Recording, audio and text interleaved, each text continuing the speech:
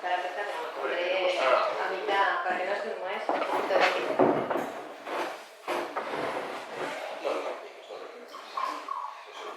Ben, imos entón continuar agora co que a terceiro, bueno, realmente o cuarto relatorio desta sección, o terceiro desta tarde, a cargo de Ana Ponce Nieto. Ana Ponce Nieto pues, ten unha trayectoria primeiro como traductora, viviu en Bruxelas un tempo, estudou Historia, doutorouse en Historia Contemporánea na UNED, unha tese precisamente sobre os capeláns e asistencia religiosa en migración española en Bélxica, e o tema do que nos vai falar agora no seu relatorio, no? Ora elabora capeláns e religiosas entre os migrantes españoles en Bélxica.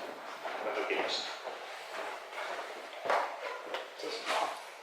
Buenas tardes a todos y en primer lugar me gustaría agradecer a los organizadores de estas jornadas por la invitación y al Consejo de la Cultura Gallega por hacer posible este encuentro de un tema que fue un poco transitado, que es lo que venimos repitiendo a lo largo de todo el día de hoy, ¿no?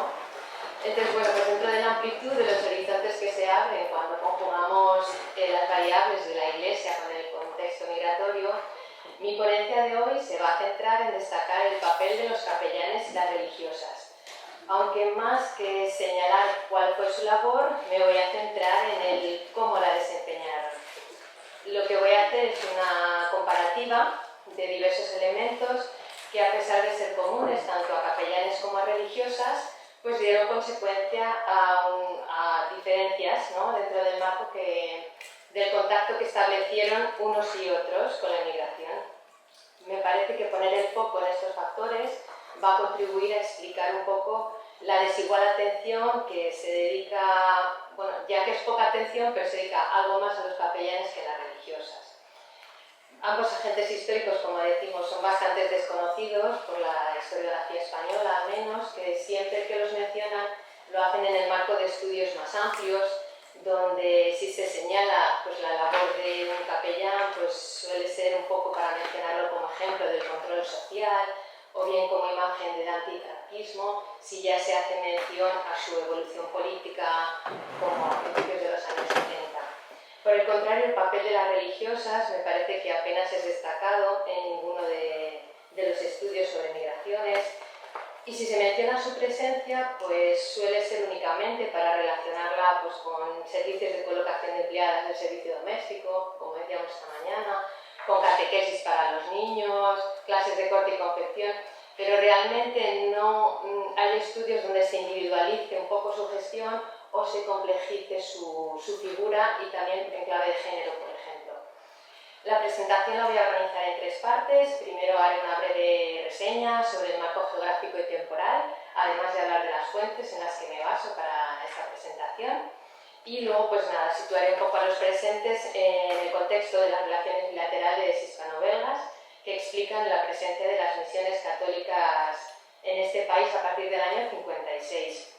Y después, bueno, pues compararé las distintas trayectorias de religiosas y capellanes, deteniéndome en cuatro aspectos. El primero es cómo y por qué fueron trasladados a Bélgica.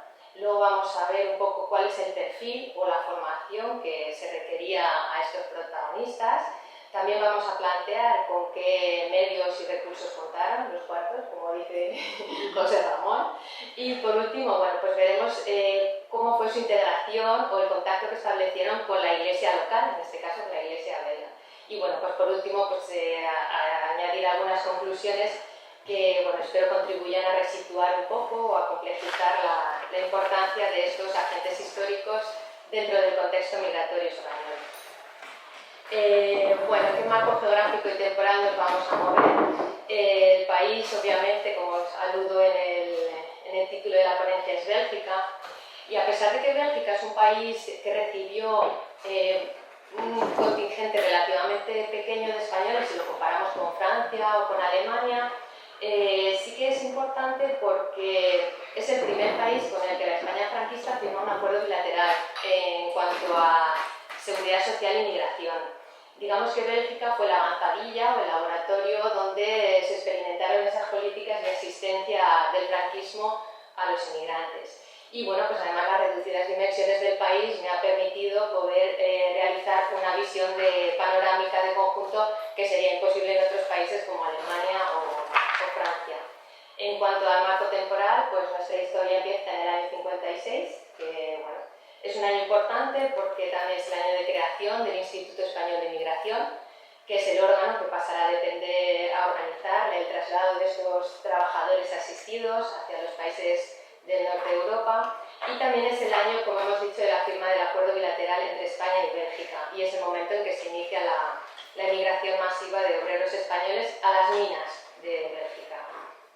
Nuestra historia va a terminar más o menos en el año 86, que es una fecha también pues, que supone una antes y un después en el contexto migratorio español. Es el año en el que España entra en la Comunidad Económica Europea, lo que hace que los inmigrantes españoles accedan a otro estatus dentro del marco de los trabajadores extranjeros. Y además, pues, la segunda opción pues, es consecuencia de la primera, porque a partir de este momento se empiezan a desmantelar todas las infraestructuras que el gobierno español había dedicado a su asistencia, se empiezan a reducir alternativas laborales, se empiezan a retirar consulados, etc. Las fuentes en las que baso este análisis, bueno, pues son las que consulté con motivo de mi tesis doctoral sobre las misiones católicas en Bélgica. En Bélgica pude consultar archivos eclesiásticos, básicamente los diocesanos, aunque también el del Ministerio de Asuntos Exteriores.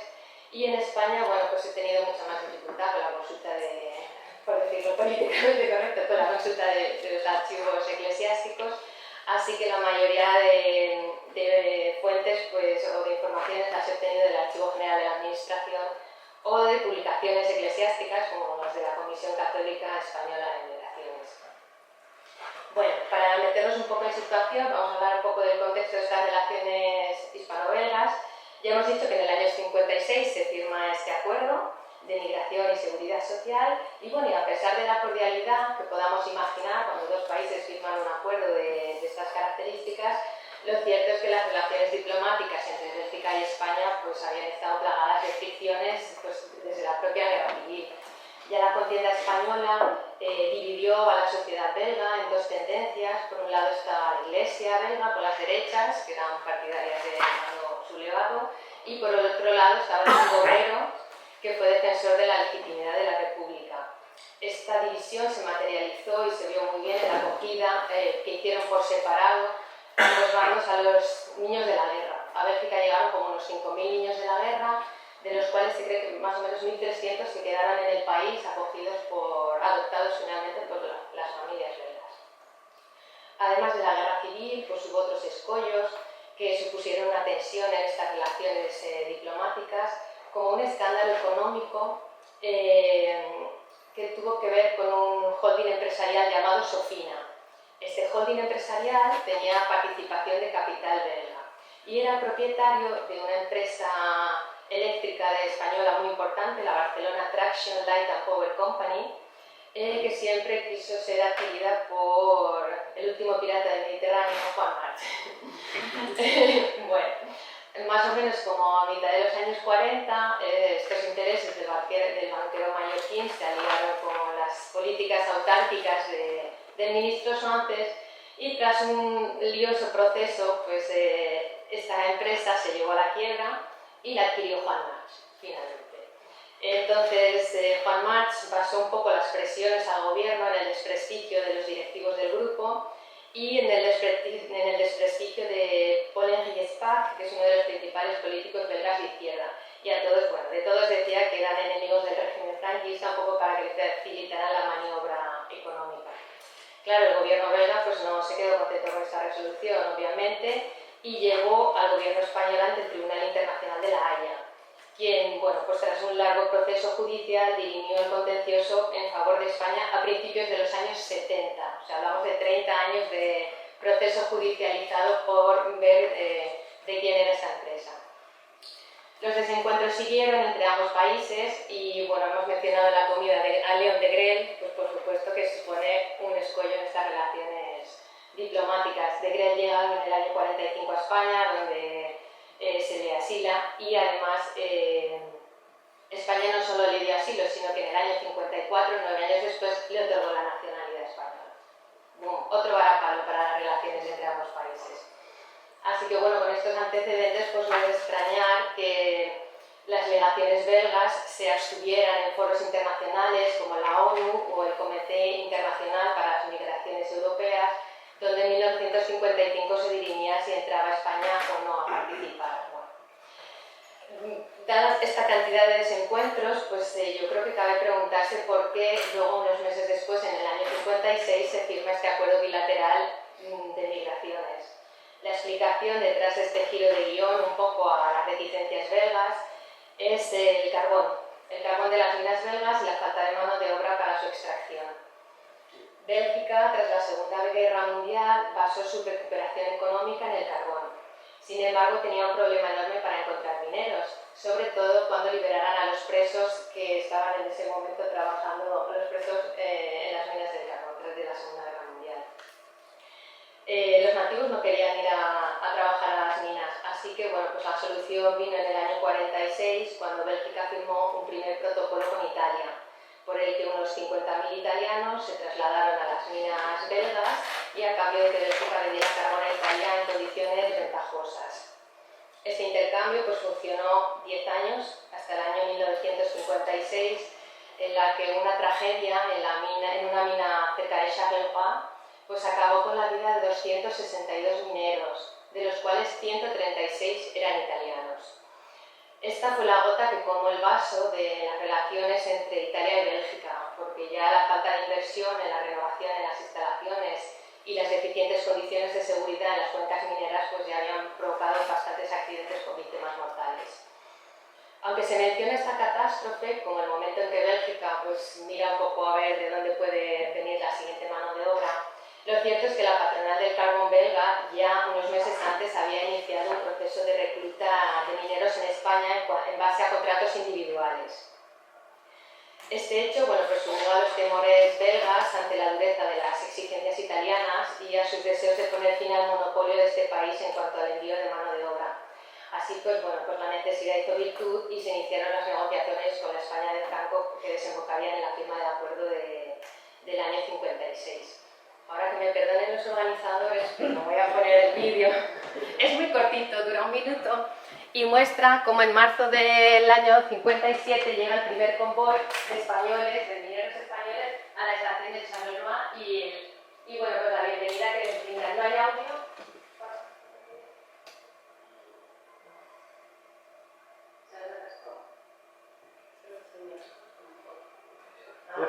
Bueno, no se oye. Entonces, bueno, aquí vemos al elenco de personajes, de representantes que van a recibirles a la estación. Aquí llegan los españoles, bueno, cómo los van organizando porque los llevan a cenar a una especie de auditorio o algo así. A ver, y bueno, aquí los ven cómo van llegando. Y me gustaría mostrarles, aquí sí que voy a parar un momento. Bueno, es un segundo, porque quiero mostrarles 2 presencias y una ausencia. No sé si se ve muy bien, este personaje de aquí es Pedro Urraca. No sé si alguno de los presentes lo conoce. Bueno, Pedro Urraca es un policía franquista que persigue refugiados, exiliados españoles en Francia. En el año 45, cuando cae el régimen de Hitler, se le envía a la embajada española en Bruselas y allí prosigue su carrera hasta el año 82. Entonces aquí le vemos dando la bienvenida a los mineros españoles. Vamos a avanzar un poquito más el vídeo porque quiero que vean otra presencia que me gustaría destacar. Bueno, y supongo que están dando la bienvenida, diciéndoles un poco, aquí aparece mejor Pedro Urraca. Ahí se ve muy bien. Los pasaportes. Y aquí, bueno, pues les ofrecen un ágape de bienvenida. Y quiero que lleguemos al momento donde aparece un sacerdote. No he identificado al personaje, entonces no sé si es un sacerdote español o es un sacerdote belga, pero sí que, bueno, destacar que en esos momentos de la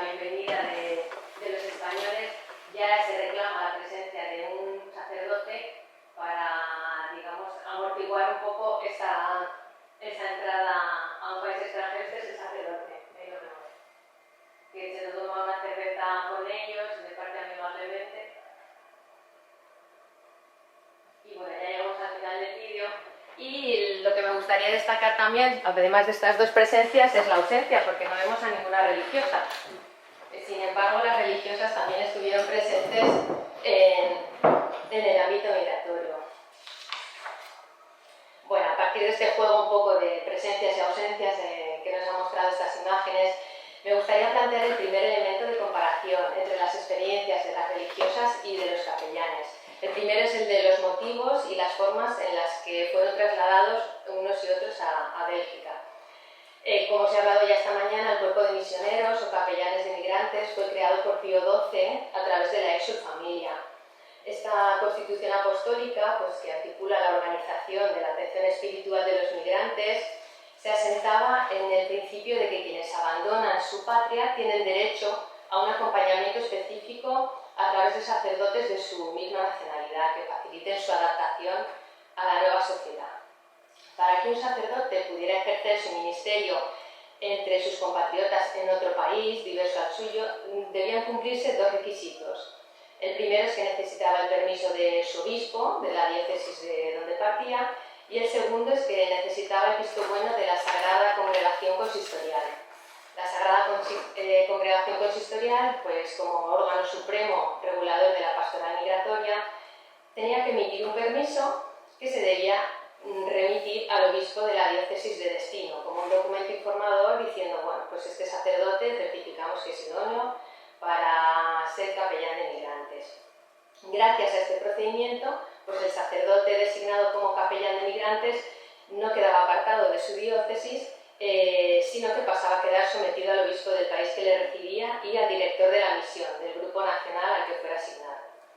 Bueno, la Exsul Familia, como vemos, pues explica muy bien cómo se tienen que trasladar los capellanes. Sin embargo, pues no menciona nada sobre las religiosas, más allá de comentar pues, que se espera una colaboración de las congregaciones de regulares, no especifica, bueno, ni masculinas ni femeninas, las dos.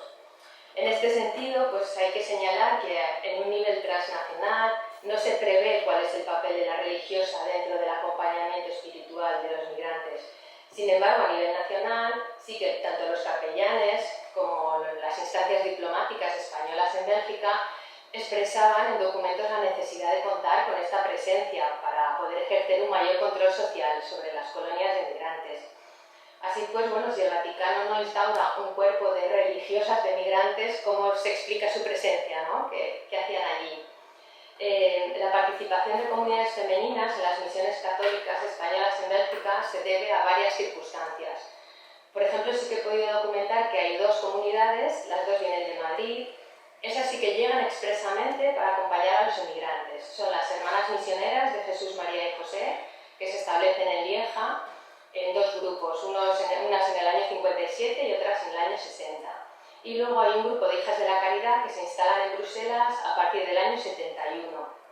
Sin embargo, cabe destacar que la dedicación exclusiva de las congregaciones al medio migratorio no es la tónica general que marca la presencia de las religiosas en Bélgica, sino que es más bien la excepción. De un total de 17 comunidades femeninas que he podido documentar con más o menos relación con la migración, solo estas dos son las que tienen como misión principal la atención a los inmigrantes.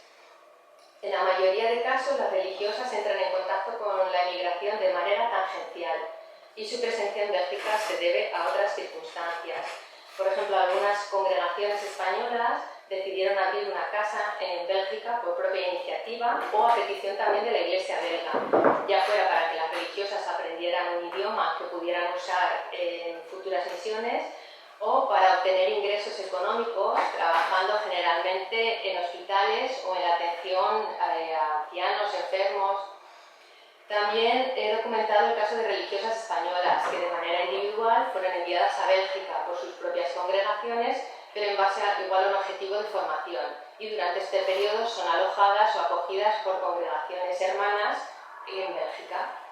Por último, bueno, pues también se ha constatado que existen religiosas de nacionalidad española, pero que profesan sus votos en comunidades belgas o incluso de otros países, pero que residen en Bélgica.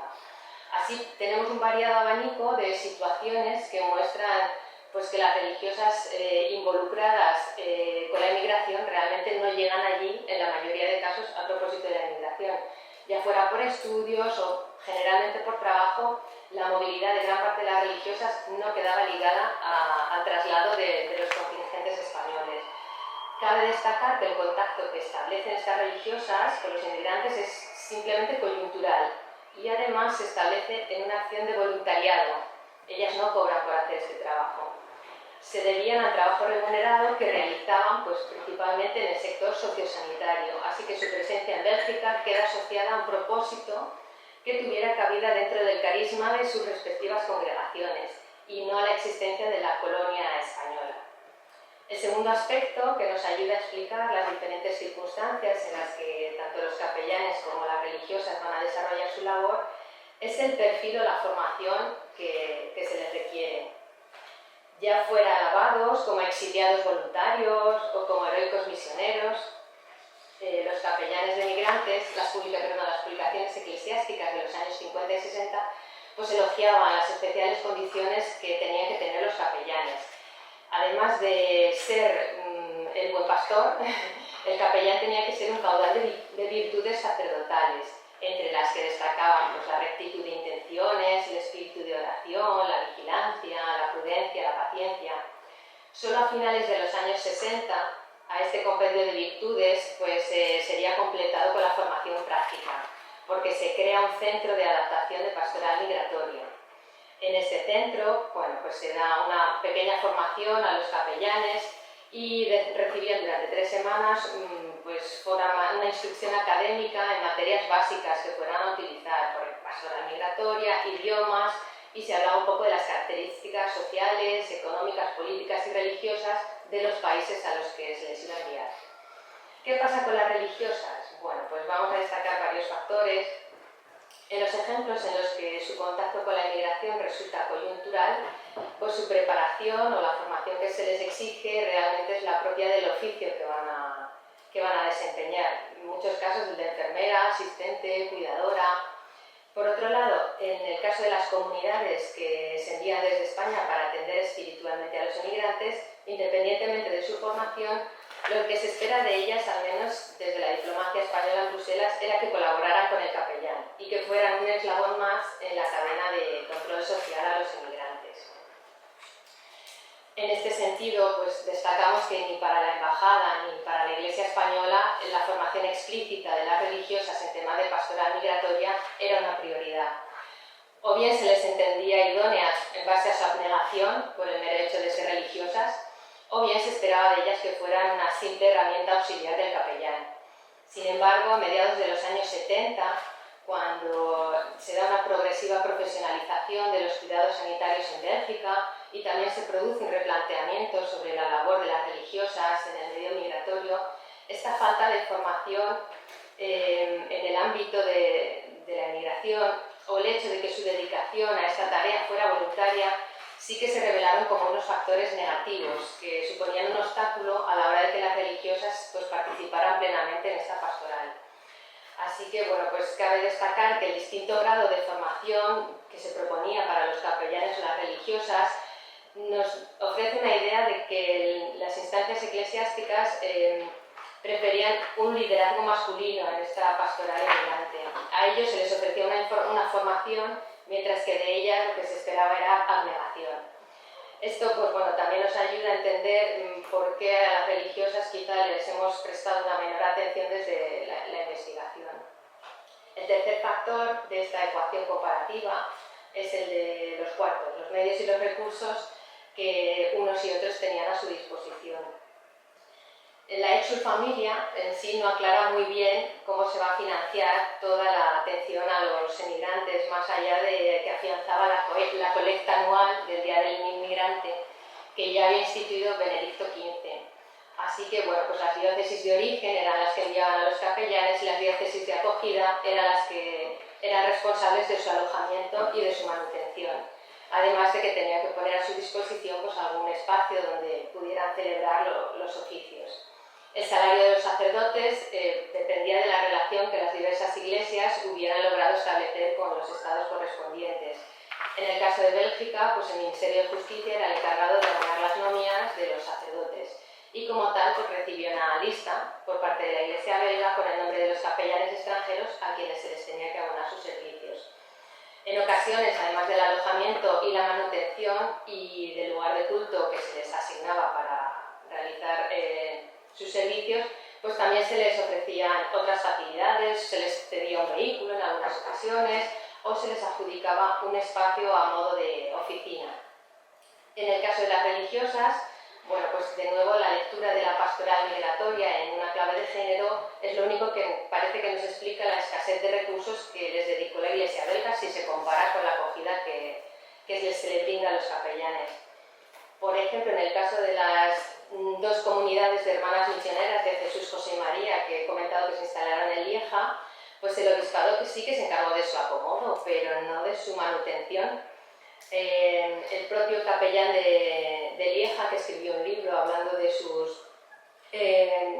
periplo belga, en este libro se admira del estado de pobreza en el que realizan esta labor y dice que cuando la situación se vuelve un poco acuciante, el responsable de las obras de inmigración de la diócesis, bueno, pues pedía ayuda al arcipreste de la iglesia del barrio más pudiente para que dedicara una colecta dominical al sustento de las pobres religiosas españolas y con esa colecta las religiosas vivían por 4 o 5 meses.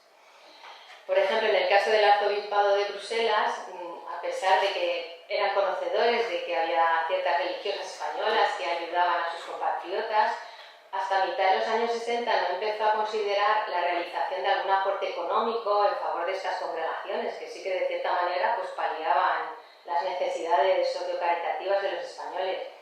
Pero bueno, es una consideración que probablemente se quedó en el papel, porque bueno, yo no he podido confirmar que se materializara en ningún documento de los que he consultado. Estos dos ejemplos, bueno, pues nos explican que en la mayoría de los casos las religiosas solo cuentan con los medios que tienen sus respectivas congregaciones que, bueno, les proporcionan el alojamiento y la manutención o con ayudas sociales que pueden solicitar a diversas instancias gubernamentales que se dedican a la atención a los inmigrantes. En este sentido, pues bueno, las fuentes que he consultado muestran que la Iglesia belga no empieza a ocuparse económicamente de algunas religiosas hasta que la escasez de sacerdotes en las misiones les hace cobrar un mayor protagonismo. También es cierto que se dio una nueva figura retribuida de agente pastoral, que la reconoce el Ministerio de Justicia para quienes realizan una labor de atención moral o espiritual, pero que no son ministros de una confesión. Entonces, claro, esta nueva figura también contribuyó a que algunas religiosas obtuvieran este reconocimiento a modo de salario. La primera religiosa española que mereció un poco este logro por su labor fue una religiosa de la misión de Amberes que llevaba en la pastoral migratoria desde el año 68, pero que no empieza a cobrar un salario por ello hasta el año 74.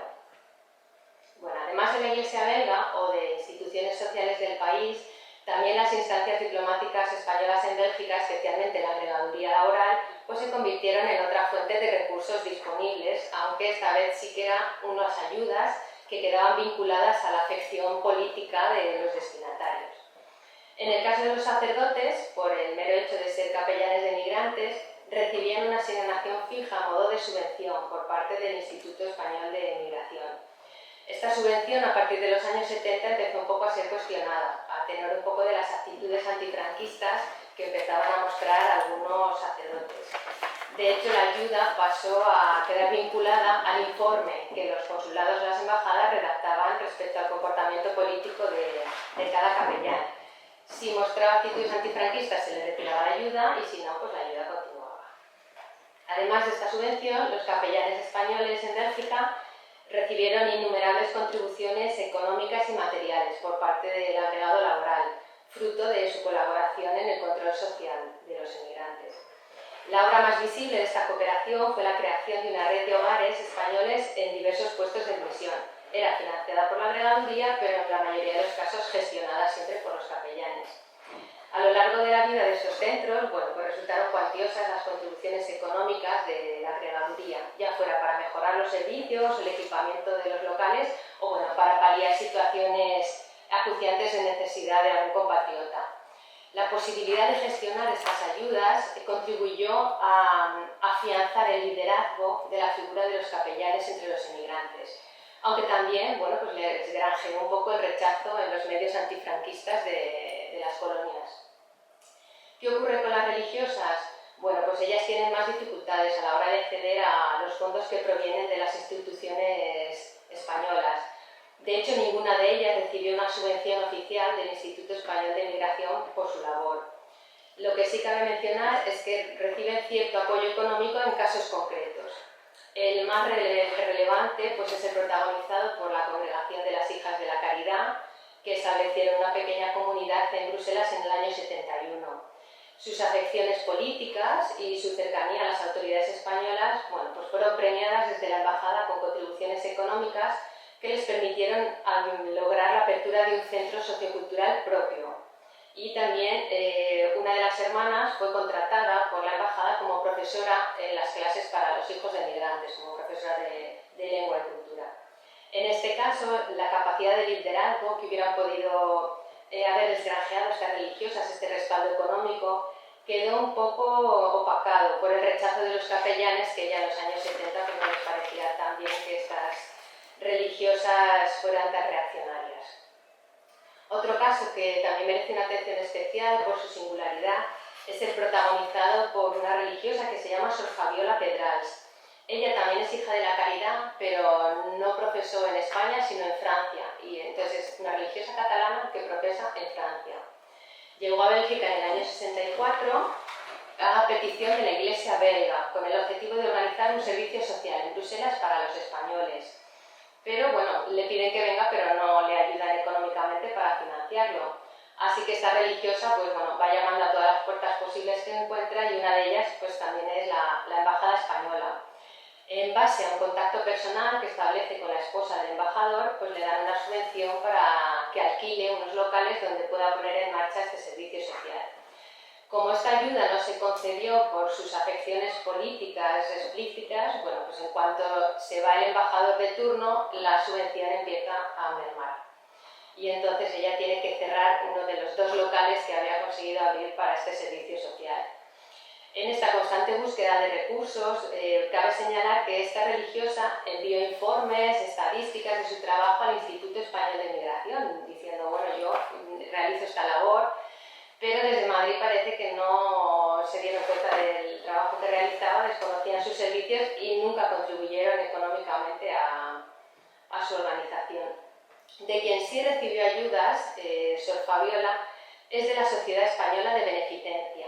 Esta entidad sin ánimo de lucro, que existe todavía en la actualidad, se creó en Bruselas en el año 1927, más o menos alrededor de los próceres de la colonia en Bruselas, con el objetivo de ayudar a aquellos que se encontraban en situación de necesidad y eran de nacionalidad española. La cabeza visible de esta sociedad pues, era la esposa del embajador, que junto a un grupo de notables damas imbuidas de caridad cristiana organizaban galas, tómbolas, bueno, pues un poco en favor de los españoles más desfavorecidos. Gracias a la recaudación que obtenían en estas iniciativas, pues estas damas de la beneficencia ayudaban a Sor Fabiola a que pagara un asistente social y además bueno, le aportaban ayudas puntuales a lo largo de los años para que paliara casos de necesidad acuciante que hubiera entre los inmigrantes españoles. Bueno, en resumen, cabe destacar que estas religiosas, a pesar de contar en algunos casos con cierto tipo de subvenciones o ayudas, nunca fueron merecedoras de una subvención a título individual por parte de las autoridades españolas, como sí era el caso de los sacerdotes, que recibían una por el derecho de ser capellanes de migrantes.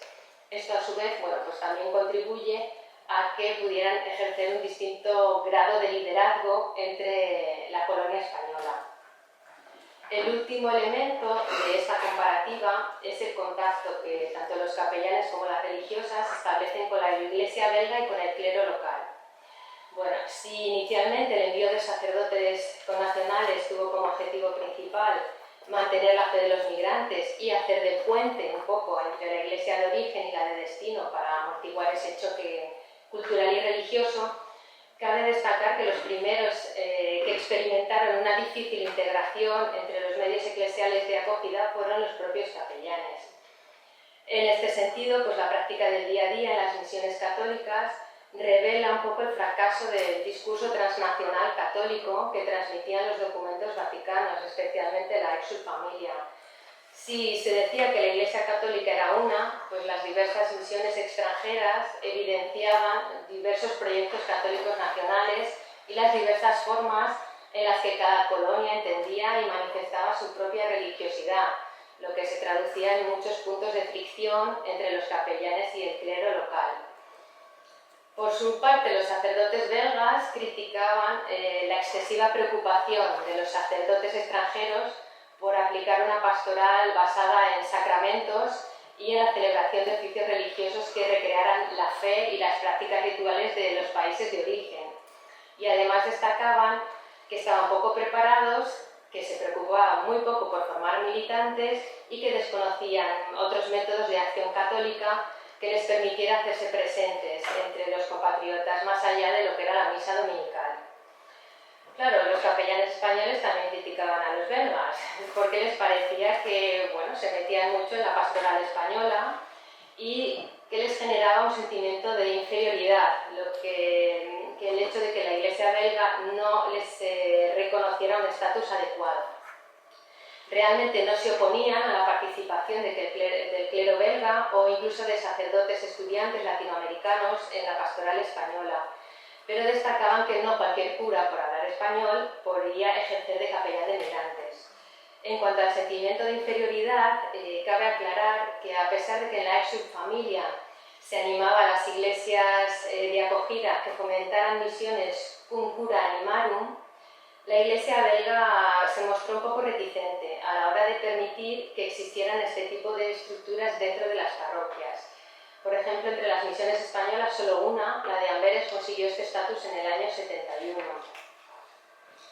En el resto de las misiones, el capellán quedaba asimilado a la figura de un vicario auxiliar, lo que implicaba que no tenía los registros parroquiales respecto a sus compatriotas y que debía asegurarse el beneplácito del sacerdote local a la hora de administrar los sacramentos entre los españoles.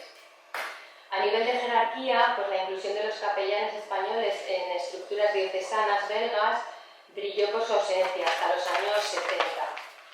A pesar de la actualización conciliar y de la renovación de la pastoral migratoria vaticana, establecida en el documento de Pastoralis Migratorum Cura del año 69, la Comisión Episcopal de Migraciones belga solo congregó a nativos hasta el año 73. En ese año se crea una comisión interdiocesana para migraciones donde ya sí, además del clero belga involucrado en esta pastoral, se incluye a los delegados nacionales de las misiones de los distintos países y a ciertos laicos que, nativos como extranjeros, estaban comprometidos con esta problemática. A pesar de algunos pequeños avances en la asimilación eclesial, la integración de las colonias españolas y de sus capellanes en la iglesia local pues continuó siendo un tema de discusión en las múltiples reuniones que mantenían los responsables de la pastoral española. Ni los inmigrantes terminaban de adaptarse a la religiosidad local, ni los capellanes sentían que se les ofrecía un lugar en la iglesia de acogida.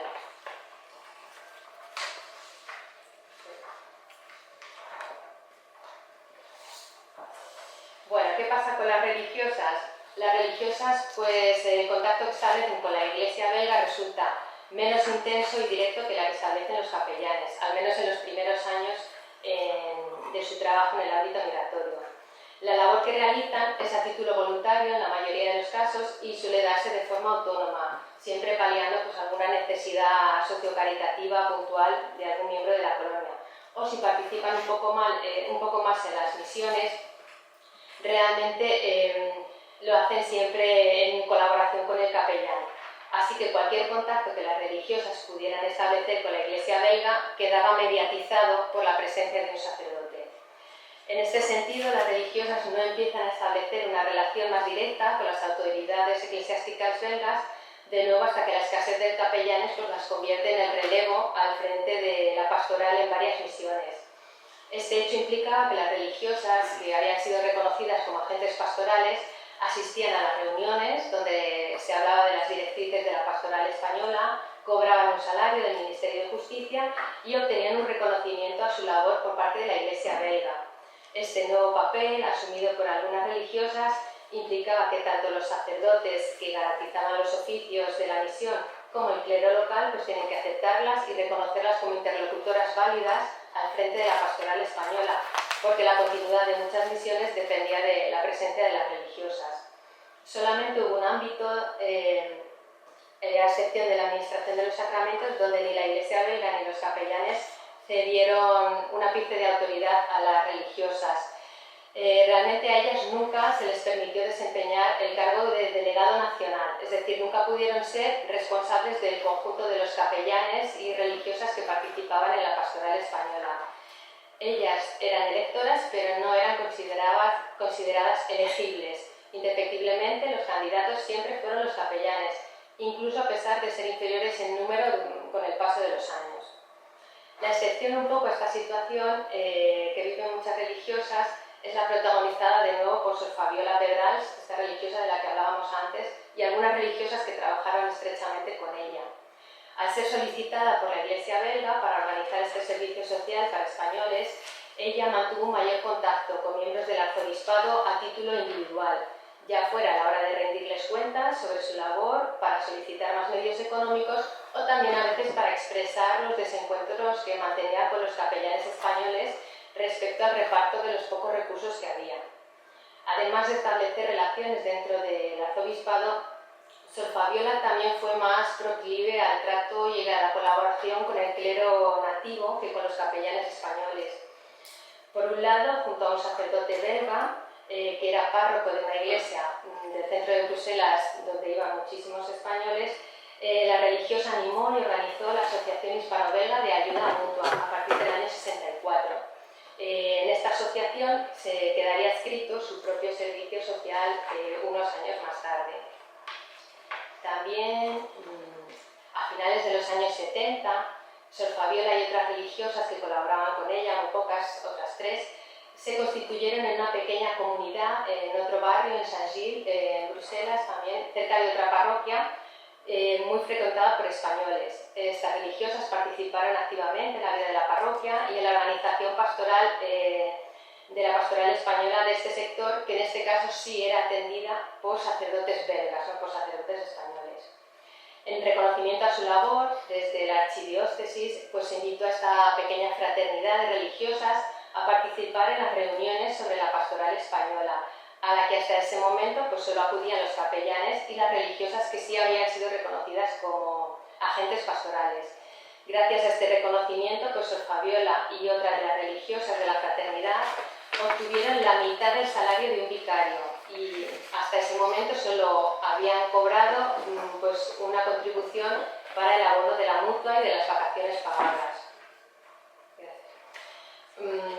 Dada su singularidad, Sor Fabiola sí que ejerció un liderazgo mayor que cualquier otra religiosa y llegó a ser ampliamente conocida entre los españoles de la colonia y los círculos eclesiásticos. No obstante, su trayectoria es una excepción.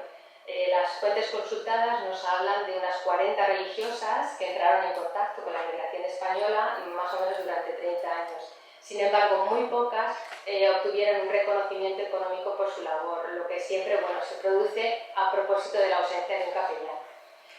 En resumen, pues tanto los capellanes como las religiosas fueron una presencia constante en la emigración. Sin embargo, como hemos podido observar a través de este análisis, los términos y las condiciones en los que unos y otras establecen este contacto con la emigración implicó un mayor grado de dificultad para las religiosas, un aspecto que creo que debe ser tenido en cuenta a la hora de evaluar por qué sus trayectorias han suscitado un menor interés por parte de la investigación. El hecho de que la mayor parte de las religiosas no fuera enviada expresamente por la Iglesia para trabajar en el ámbito migratorio supuso una desventaja y también un mayor esfuerzo para ellas a la hora de establecer un contacto permanente con la colonia española. Sus compromisos con otras actividades remuneradas solo les permitió realizar una tarea voluntaria y coyuntural. Ni recibieron la formación adecuada para esta pastoral, ni contaron con los medios ni el tiempo suficiente para integrarse en ella. Además, al vivir en comunidad, pues las religiosas que querían dedicarse a la atención a los emigrantes tenían que pedir un permiso a su congregación para comprobar que esta tarea concordaba con el carisma del grupo. Y bueno, a pesar de que a veces la comunidad aceptaba este nuevo propósito, en muchos casos ellas tuvieron que compaginar el trabajo remunerado con la labor en la emigración, porque liberar a una hermana para este trabajo pues implicaba un salario menos que ingresaba a la comunidad. Incluso el hecho de haber llegado a Bélgica con el objetivo expreso de atender a los inmigrantes, como hemos visto en el caso de estas hermanas que se instalaron en Lieja, pues tampoco garantizaba el acceso ni a los mismos recursos ni a las mismas condiciones de mantenimiento que los capellanes. Tampoco llegar al país siendo solicitada por la Iglesia belga, como hemos visto en el caso de Sor Fabiola, pues suponía un mayor acceso a los recursos. Sor Fabiola solo contó con los medios de su comunidad y con las ayudas que podía ir obteniendo de otras instancias. Quizá la excepción más llamativa es el caso que he comentado de las Hijas de la Caridad, que aunque no recibieron un salario por parte de la Iglesia belga, sí que estuvieron respaldadas económicamente desde la Embajada Española, algo que les permitió operar con autonomía, aunque las mantuvo apartadas de la pastoral española por motivos ideológicos hasta los años 90. El distinto grado de reconocimiento económico que obtuvieron las religiosas por su labor implica pues, que tanto las instancias eclesiásticas como las diplomáticas las consideraba como una herramienta auxiliar que venía a completar el buen funcionamiento de las misiones católicas que eran dirigidas por el capellán. En este sentido, no se puede entender de otra manera la ausencia de referencias en la normativa vaticana en cuanto a su envío, a su remuneración o al desempeño de su labor, así como la poca atención que su presencia pues, ha despertado en los medios eclesiásticos belgas, al menos en una primera etapa, o la escasa ayuda económica que se les brindaba. A pesar de que hacia los años 80 el juego de roles de género sí que quedó invertido en algunas misiones, cabe recordar que esta circunstancia pues, no se debe a que se reconozca su labor, sino más que nada a la escasez de capellanes, que las fue convirtiendo pues, sí que en verdaderas protagonistas de la pastoral. La ausencia del sacerdote realzó la presencia de las religiosas dentro de las misiones. Esta presencia continuada prolongó la vida de las misiones, que de otra manera, bueno, ya ante la ausencia del capellán, pues hubieran cerrado sus puertas mucho antes. Sin embargo, bueno, pues este aspecto tampoco parece haber recibido la consideración suficiente como para reconocer a las religiosas españolas como agentes históricos de pleno derecho en el ámbito migratorio. Bueno, por mi parte nada más, muchas gracias.